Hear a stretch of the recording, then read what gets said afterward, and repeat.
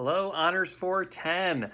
I was really pleased to see some familiar names on the class roster for this time. I'm looking forward to working with a number of you again, but also especially welcome to those students I haven't worked with yet. I'm really excited with the start of the new semester. It's obviously a different semester than most of us are used to, being entirely remote, but for one, I'm really excited about the opportunities this opens up. There's some things I'm doing with my own pedagogy that I think are sort of interesting and different than what I might have thought of if we were all in person. And a lot of elements of the in-person class actually I think translate really nicely for a class like this to the online format. So I really don't feel like we're going to be missing out on a lot in this format. And in fact, I think we might have some unique opportunities that students won't get in future semesters by this way of conducting the class. So I hope that you all really enjoy the experience. I know I'm excited to get into it. So I'm going to spend most of this video lecture going over the syllabus. I have a feeling this is going to be one of the longest video lectures I'll be presenting. Ordinarily, I'm going to be keeping them, I would say, to an average of about 20 minutes, sometimes shorter than that. Really trying to cap them around 20 minutes. Cap them around 30 minutes. So average 20 minutes, cap them around 30 minutes. Today's might go a little bit longer, just I want to go over a lot of nuts and bolts pieces of the class and make sure we're starting off more or less on the same page. So before I get into the syllabus, though, I am sharing a clip below from the movie Fight Club that I imagine some of you may have seen. I'm going to ask that folks refrain from big spoilers about the movie itself in case anyone is interested in seeing this but hasn't seen it yet. I'm not sure if it's actually streaming anywhere right now, but it's a movie that I think is interesting, worth seeing. I toyed with making it a part of the class, ultimately decided not to, but I did isolate this one clip that I was able to find streaming online for free on YouTube that I'm linking to below, or I'll try to embed the video along with this video lecture, but just to watch and kind of respond to it. So with this link to this video, even without knowing the surrounding plot, what comes before it, this is pretty early on in the movie, but not right at the beginning. But even without any surrounding plot or knowing what happens afterwards, I think it stands on its own. And so, go ahead and give that clip a look. I'm going to raise some questions in response to it. So I encourage you to, pause my video, give that one a look. But here are the questions I want you to consider related to that video clip. Which are, what is compelling about this? Or what's a turnoff potentially? Because I imagine some people probably watch this and might be fascinated and might immediately be interested in watching the rest of the film or going back to see it if you have seen it before.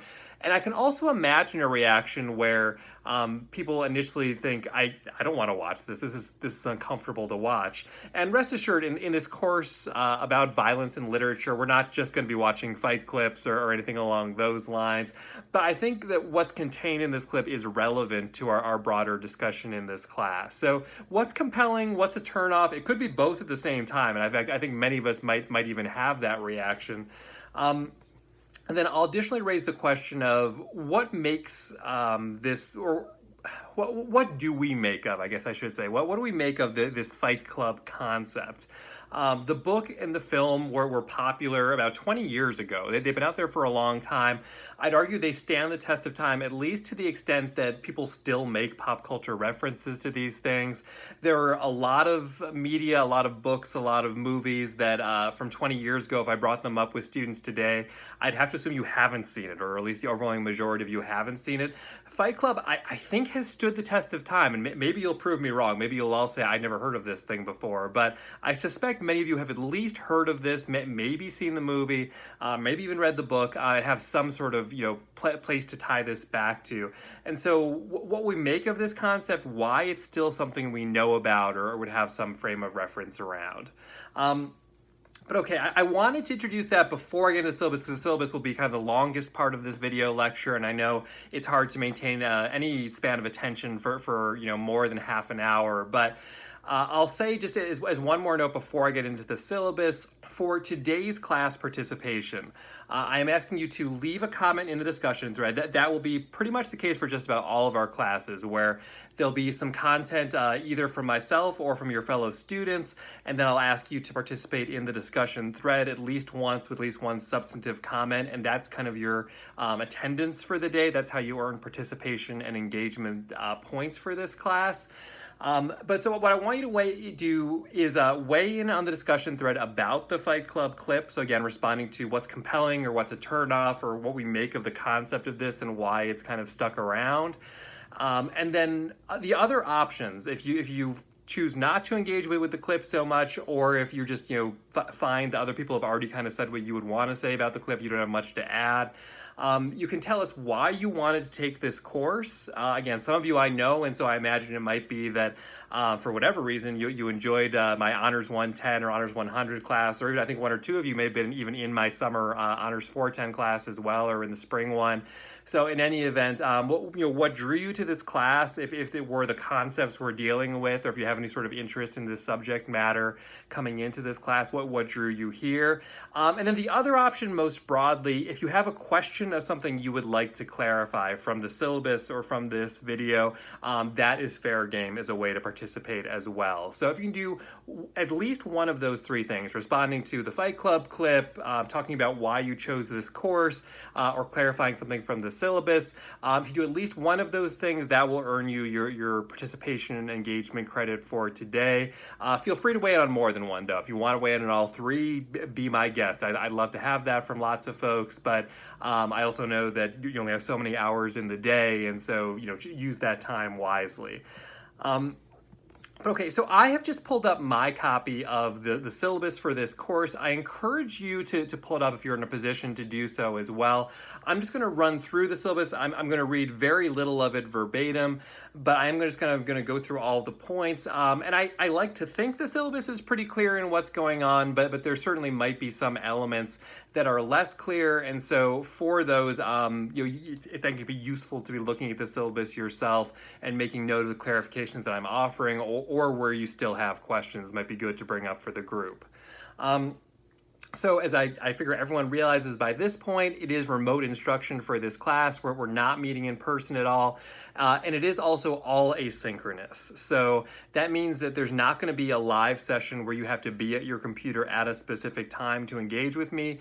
I do plan to offer a limited number of optional live sessions where I will be on probably WebEx, and will invite you to join me if you like, and we'll just kind of hang out, and we can talk about some of the concepts in class. I can answer questions as some of the bigger assignments come up, that sort of thing.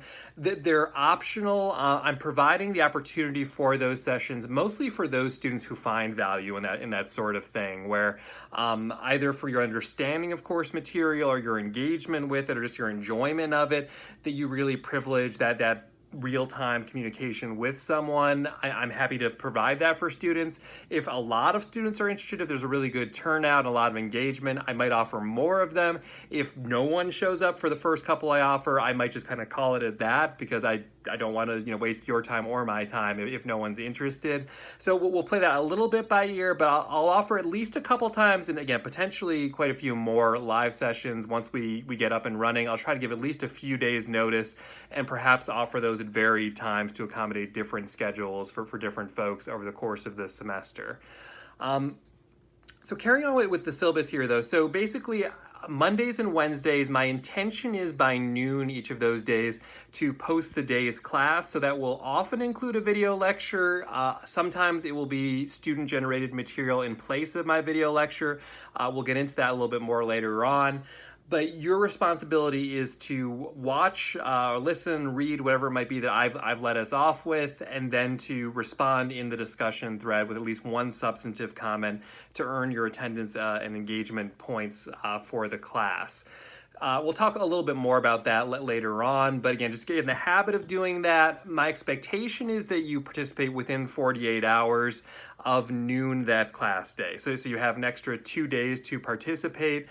I think the best recipe for success is to try to do so as early as you're able to. So trying to get on in the early afternoon, Mondays and Wednesdays, and then give yourself some time and give the discussion some time to fuel itself for other people to participate, and then come back in to interact a little bit with your classmates in the discussion. You certainly can focus a lot of your attention just on the readings themselves and on what my video lectures say, but I think a lot of times the best discussion comes out of interacting with each other and the ideas you've brought to the discussion. So don't sleep on that part of the class. Try to be active in that way as well, engaging with each other in your comments. So I have here my office information. I'm not going to be in my office very much this semester. So the nature of our current situation with the pandemic, I'll be popping into campus here and there. But for the most part, I'm working from home, and so if you just show up in my office, the odds are you're not going to find me there. I do have office hours posted as Mondays and Tuesdays from 10 to 11. That means that those are dedicated times when I will plan to be available to schedule a phone or video conference with you. So if you're interested in that, please try to contact me a little bit in advance to let me know. I won't just be waiting, in a virtual video session or anything like that, but rather I'll just make sure I'm available for appointments. And I'm also available for appointments at other times, especially weekday mornings are the times when I'm most available. I can often make afternoons work as well, especially with some advance notice. But schedule those with me. Yeah, it doesn't have to be Monday or Tuesday, 10 to 11. Those are just times that I'm earmarking to try to make sure that I can be available to students if you're interested in scheduling something. But for day-to-day contact with me, email or messaging through Canvas are your best options. I check my email a lot, usually multiple times throughout the day, especially in this pandemic situation. I sort of pride myself on being in regular contact with students that way. I think that's only fair because we don't have that in-person interaction that we ordinarily would have. So feel free to email, message me whenever. During the week, I'm checking that regularly throughout the day. Weekends, I still probably will check here and there, but I don't guarantee as prompt a response in those cases. Sometimes they might have to wait until Monday, especially if I have other engagements that I have to take care of. But feel free to email me, message me on Canvas. And again, I like to think at least that I'm pretty good about getting back to folks there. So the course description, I hope people read this when they signed up for the class, so you have some sense of what you're getting into.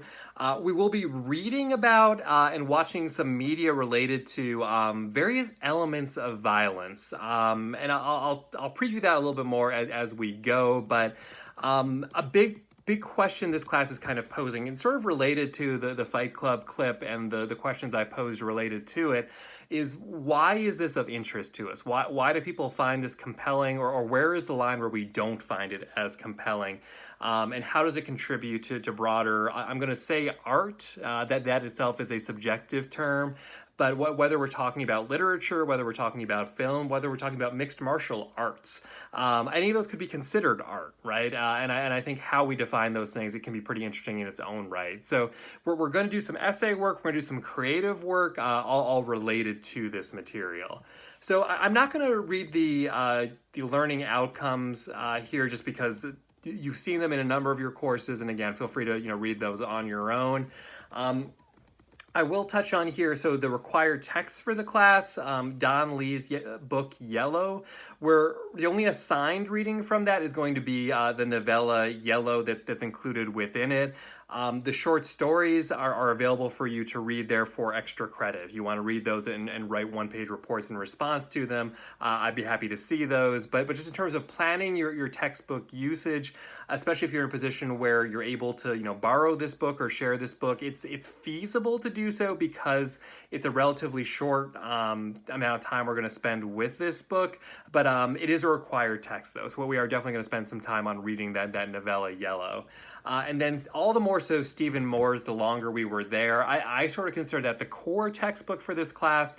It's a relatively short text, which I was really happy to find because I think it's a really good, fruitful collection of essays, and I think it's sort of efficient in the way that it operates. I think that as opposed to a 300-page book where we have to read the whole thing to kind of figure out what it's about, we're able to dip in and out because it's separate individual essays that do all sort of feed a common narrative. It's all based on Moore's actual life experiences, being a soldier in Afghanistan, but nonetheless, we also can read it in kind of bite-sized pieces and access it. So I think you'll enjoy it. I think it's a really enjoyable set of essays there. So getting on to the course requirements and grading here. This is on page 2 for those who are following along on the syllabus.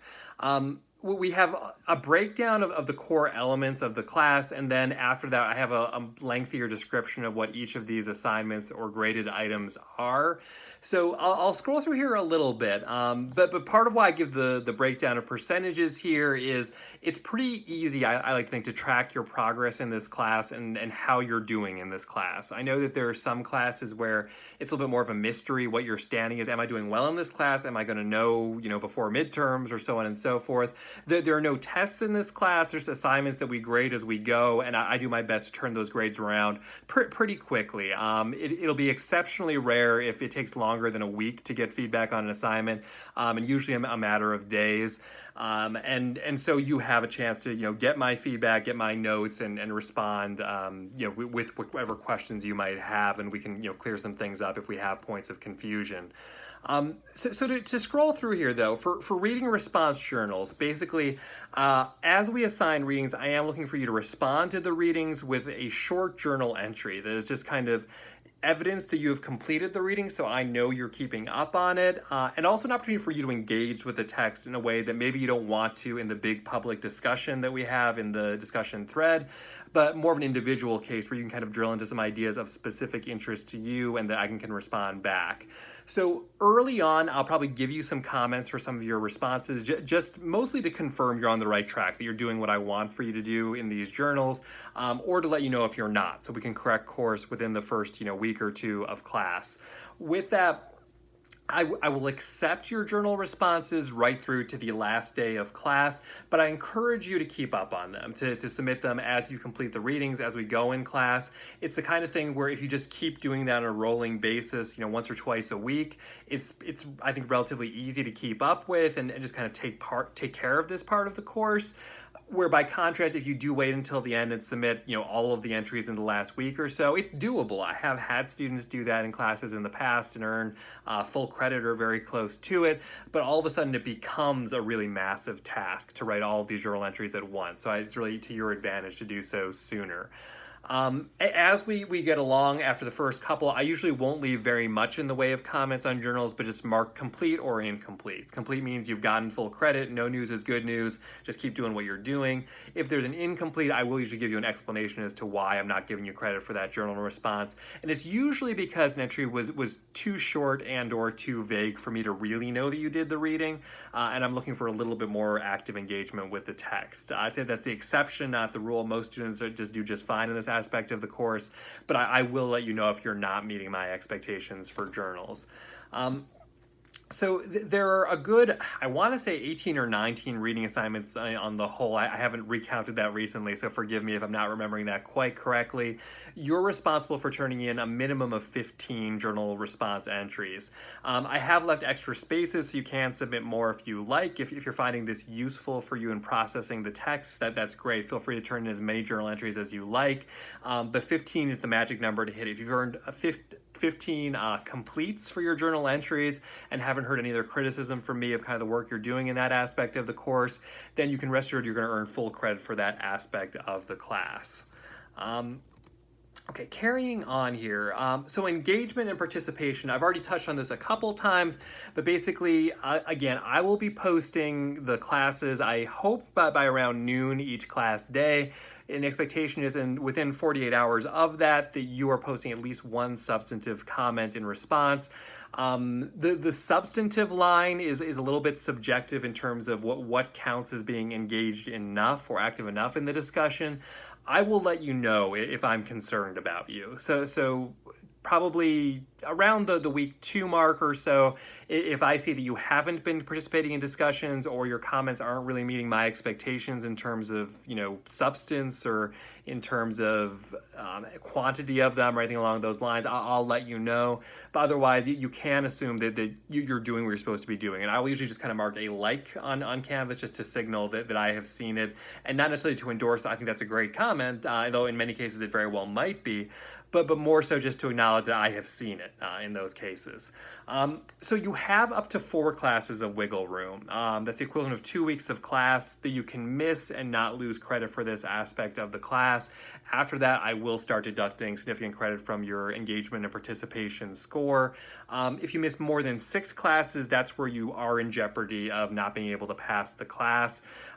Let me know if you have extenuating circumstances where you need some special consideration, where maybe you fall ill, or maybe you have serious family obligations that don't allow you to participate as actively as you would like to. On a case-by-case basis and on a relatively short term, I am open to giving you opportunities to earn credit in different ways and not totally lose out on this aspect of the class. But it helps a lot if you're communicating as those things are happening, or communicating in advance. If you tell me afterwards, after you've missed 3 or 4 weeks of class, that, oh, I had this situation going on, it's hard for me to A, 100% trust that, but B, be able to come up with a way to effectively let you make up that credit in that case. So try to just keep me posted. Let me know if situations like that do come along. But I think this is a pretty reasonable expectation to just weigh in on the discussion, within 2 days of it going live. I turn off the comment function, allowing you to add new comments manually. So it doesn't automatically happen in 48 hours, but rather it's something that I turn off once people have had a fair opportunity to participate. So if I posted a little bit late, I will give you that same, wiggle room to have some extra time to be able to comment. And if I see a lot of people haven't had a chance to comment yet, I may use my judgment and give everyone a little bit extra time. But once I close the comments, that means it's too late to participate in that specific discussion. But the archives will still remain available on Canvas. So one of the real benefits, I think, of this online format is if someone says something that inspires an idea for you for your critical essay assignment, or something that just is kind of profound and changes the way you think about one of the readings, or inspires you for one of your creative writing assignments in this class, you've got an archive at the ready. You don't have to just kind of, have taken note in the moment someone said it and remember it, but rather you've got the whole discussion thread available for you to access and read through again. I think that's a real advantage of this format, actually, of the class. So that in a nutshell, that's the engagement and participation, the reading and response journals. Carrying forward here for group-led video discussions. So this will look familiar to students who took Honors 110 with me or took a different Honors 410 class, where there will be specific class days where I assign a randomly assigned group of students to present about one of our readings, where I'm asking you to do a 10 to 20 minute video presentation about it that includes raising questions that are kind of open-ended, not sort of trivia questions or yes or no questions, but more, big kind of questions on a more, literary level or analysis level or philosophical level even, that the text introduces for you. And it's pretty open-ended in terms of format. I've had students successfully do this assignment by just doing like what I'm doing and just looking into a camera and speaking and then splicing together multiple students doing that. I've had students project slides and then just do the voiceover for them. That's absolutely fine.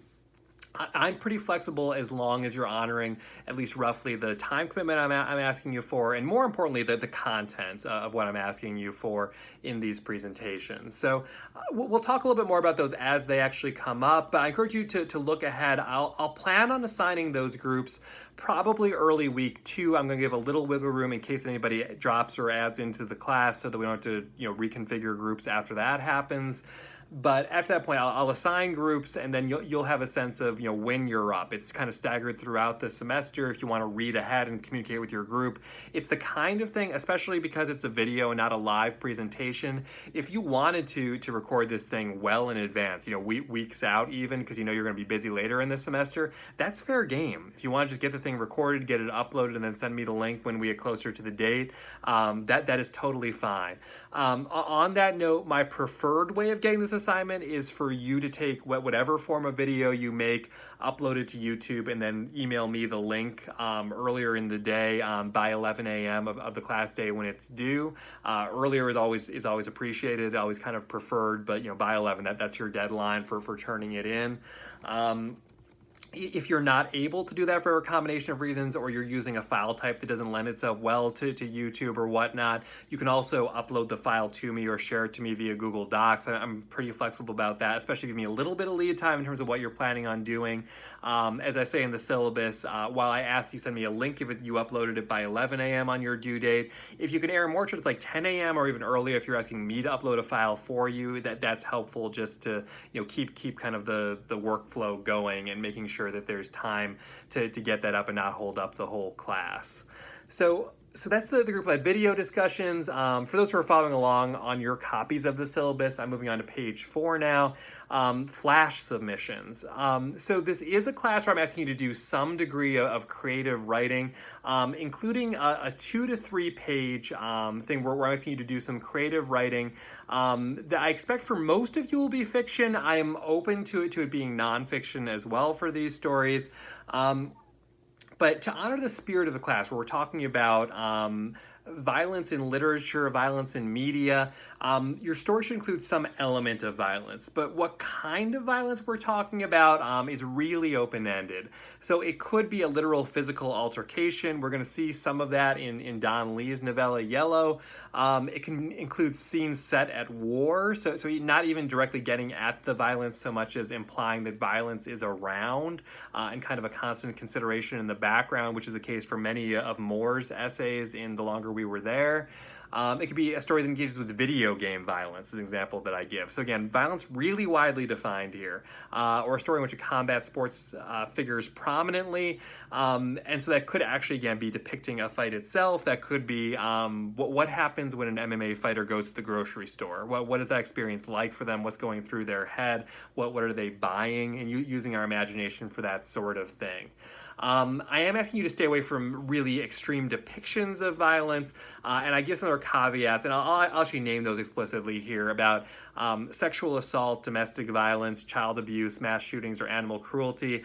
I'm asking us to steer clear of those things, not necessarily because they're not legitimate for literary exploration, but more so just it opens kind of a Pandora's box of larger considerations and potentially some triggers for your classmates that it takes a lot for that to be kind of worth our while in this class and not sort of be destructive to the community more than it would potentially help us or be fruitful. So all that said, if you do have an idea for a story already percolating that's along those lines, you think it'd be really interesting, I'm open to considering it and potentially sending to me in advance to consider and still using it, but there's going to be a little more scrutiny around that sort of thing. Conceivably, I might look at a piece and determine I don't feel comfortable sharing this with the whole class. I might still give you credit for that assignment, but not share it with the whole class if that were the case. But I'm hoping that's going to be a real exception, and actually I'm kind of hoping that's not going to come up for anyone over the course of this semester, but just fair warning, because the subject matter we're dealing with in this class is touchier in some ways than in a lot of classes, and it's easy to cross over that line to something that could be problematic. But okay, so there's going to be a critical essay component of the class where it's a short essay. So unlike Honors 110, where most of you had to write, 5 pages or so of essay multiple times in the semester, there's only one critical essay assignment that's required, 2 to 3 pages in length. So that's pretty quick, that's pretty short. That's actually feasibly something someone could do in the 5 or 6 paragraph essay format. I'll give more instructions about that, but it is an argumentative essay that for most of you will be based on the readings we've been doing in class. So for the workshop and revised draft part of this class, we're going to get way more into this when this part of the class comes up. It's a little ways in the distance, so I'm not going to belabor it much now. The general gist of it, though, is you're going to write something that's about 4 to 6 pages in length, and we're going to sign up on a staggered schedule to share those with the whole class, which means that you will send it to me before class starts by 11 o'clock on your due date. I will post it for the whole class to be able to read, and then the next class we will all discuss strengths, limitations, questions, suggestions we have for the author, and then you're going to take all of those suggestions, questions, ideas into consideration for a revised draft of the same thing, and that's going to be your revised draft, which will be your last assignment for this class and the most heavily weighted assignment of the semester. So with that, there's going to be 2 main tracks. One is just to write another another critical essay. There'll be a longer, kind of more developed essay. It doesn't have to be different from the previous one with a different thesis statement. The other option is a work of creative writing, could be fiction or nonfiction. I expect this will probably be the more popular option because, to be frank, it's the more fun option. So I don't want to steer people away from writing critical essays. I think there's a lot of benefit to that. There's a lot of transferable stuff because I know even those of you who are not taking other English courses, you probably still have other classes where you'll be writing essays, so it's useful to continue exercising that specific set of intellectual muscles. But for the creative writing part of it, it's sort of reflective of what we learned from the flash submission part of the class, as well as what we've learned from the creative text that we've been reading, consuming over the course of the class. So I think it can be sort of a fun exercise just to have a more fully realized version. For the flash submissions, but I've done this in classes before, I generally find that the main complaint from students is they wish they could have written more, because after writing just 2 or 3 pages of a story, it's like, man, there was so much more that I could have done with that story if I had another couple pages. Now you've got a couple extra pages, so you can do something creative with that space. So we'll talk a lot more about that workshop process and the requirements there, but just know it's a part of the class where there'll be a staggered schedule where I'll ask for your preferences about when you would like to go, early in the process, late in the process, in the middle of that process. And I'll try to honor preferences. Usually it works out fairly well that no one's super unhappy with where they wind up. And so you'll turn those in a staggered schedule, and then everyone will have a due date for a revised draft that's right towards the end of the semester. So scrolling on here, workshop participation, so that's weighing in on every individual assignment others turn in for that workshop draft, so it's just kind of a ramped up expectation for class engagement and participation. And I have the grade scale here, so there shouldn't be any surprises. You can have a clear sense of where you're falling in this class. My objective is that by the last day of class, there's not really any mystery. Once you get especially your engagement and participation score, you know exactly how many points you have, you know exactly what your score is. You don't have to wait anxiously to see when the grades load. You know what you've got by that point. For extra credit, I have 2 different 2-point options for extra credit. So one is a relatively long article that's free online about the history of MMA in the United States particularly, although it goes back to some roots in Brazil as well. And the other is a documentary about professional wrestling called Beyond the Mat that is currently streaming for free on Netflix. The other options, as I alluded to earlier, are to read individual stories from the Don Lee book Yellow that I'm not formally assigning. They have less to do with violence for the most part, but they're really good short stories. So I think a lot of you will enjoy them. In any event, whatever combination of assignments you were to choose to take on, you can earn up to 3 points of extra credit. That's often enough for someone to make up for an extra absence in the course, or if you don't do quite as well as you'd like on the critical essay or some other aspect of the class, just to help bump your grade back up a little bit. But as I would expect most of you would anticipate, extra credit is non-mandatory. It's up to you if you want to do that. I have the note here about late work, suffering roughly a 5% decrease per day it comes in late. Just being upfront about that. So let me know if you have a special consideration where you just really need more time. I will at times consider that for folks, but know that in general, I do try to hold to the deadlines, mostly out of fairness to everyone in the class. It's sort of a cliche, but if everyone asked for extra time on every assignment, all of a sudden, we'd just be pushing whole due dates back. It would take me a lot longer to give everyone grades and feedback. I think it just kind of hurts the whole class. So try and keep up on all of those due dates. I have a note here about ethics and plagiarism. It's sort of a thing where I always say I'm not going to say much about this because you hear it in all your other classes and it's pretty self-explanatory. And yet I also feel the need to say something because it's such an important thing in your academic career. I know things like Course Hero and Coursical and whatnot exist. I know students sometimes share assignments. If you choose to kind of engage with that sort of thing, just know you're compromising your own academic integrity. I will be transparent. There are people in terms of faculty and staff at the Honors College who are on these things, who are monitoring this sort of stuff. And if you get caught, if we can attach it to someone, it probably means you're going to fail at a specific assignment, if not an entire course, if not jeopardize your entire standing in the Honors College or UNLV on the whole.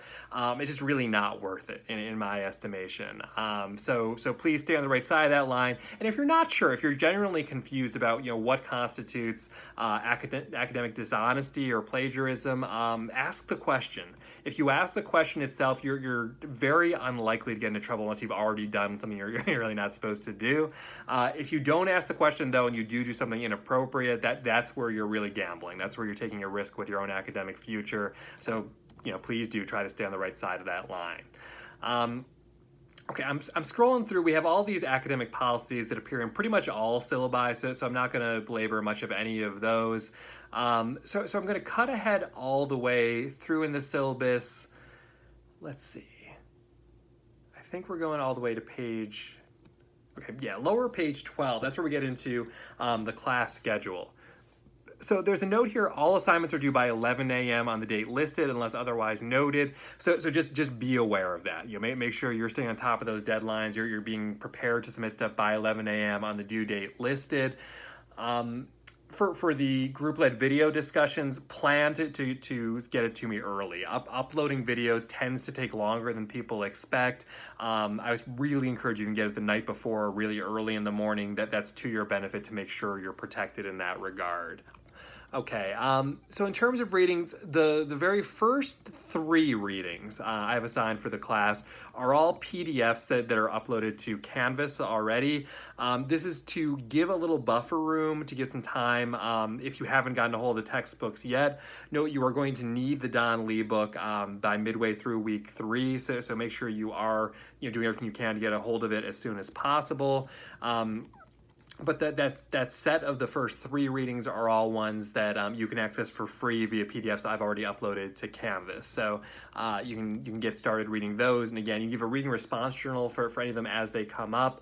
The day that the reading is listed is the day you're supposed to have read the text to participate in that class discussion. That's the day I'm going to lecture about it. That's the day that we'll start discussing it as a class. And similarly, the day assignments are listed is the day when an assignment is due. So you'll notice week 3, that Wednesday, that's when the first flash assignments are due. I'm going to assign, I think early in week 2 is my goal for that, similar to the group-led discussion groups. I'm going to try to assign all that early week 2 so you have a good week and a half for even the first people to go to prepare for those assignments. I'll talk more about the flash stuff as it approaches, so rest assured that's not the end of that discussion. So you can see where all the readings are. Feel free to get ahead. There are some days that are lighter than others in reading, so there's certainly room to get ahead.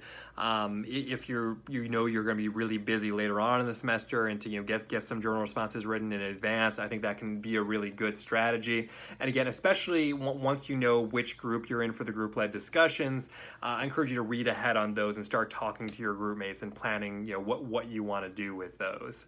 So we keep scrolling through here. When we get to end of week 10 and into week 11, that's where the workshop process starts. So we'll kind of shift gears for that part of the class. For the few of you who are in one of my Honors 410 classes before, this will be very similar to the workshops we did in those classes where students will submit work. And again, I'll make it available in the next classes when we'll talk about it. So I'll get into that a lot more as it starts to come up. And then the other thing I'll highlight though is, so when we wrap up, again, last day of class happens, there's no final exam. There are no exams for this class. By December 7th that's when revised drafts are due, and then you have a little extra time for the final deadline for any late work in the class overall. I encourage you not to wait until the very last minute. Again, once you turn in those final assignments, that's when you're kind of free to just be done with the semester. And I encourage you to take advantage of that. Give your attention to other classes that do have exams or more substantive projects at the end. My goal is that for most of you can be pretty much finished with this class more or less when the last class day is there or very shortly thereafter. So I hope all of that's clear. I know I've thrown a lot at you, and I know I talk quickly sometimes. I think it's an advantage of these videos that you can rewatch elements of it, and I believe YouTube will do the automatic closed captioning for pieces that you might miss. But nonetheless, please do participate in the discussion thread below. And again, it's totally fair game to make your participation be just asking a question about the syllabus or about something I've talked about in this video, in addition to potentially responding to that Fight Club clip, or talking about what interested you in this class and its material to begin with. But thank you so much for watching. Sorry, this one's a longer edition of class. This really should be my longest video lecture for this semester. But thanks for watching, and I'll catch you all on Wednesday.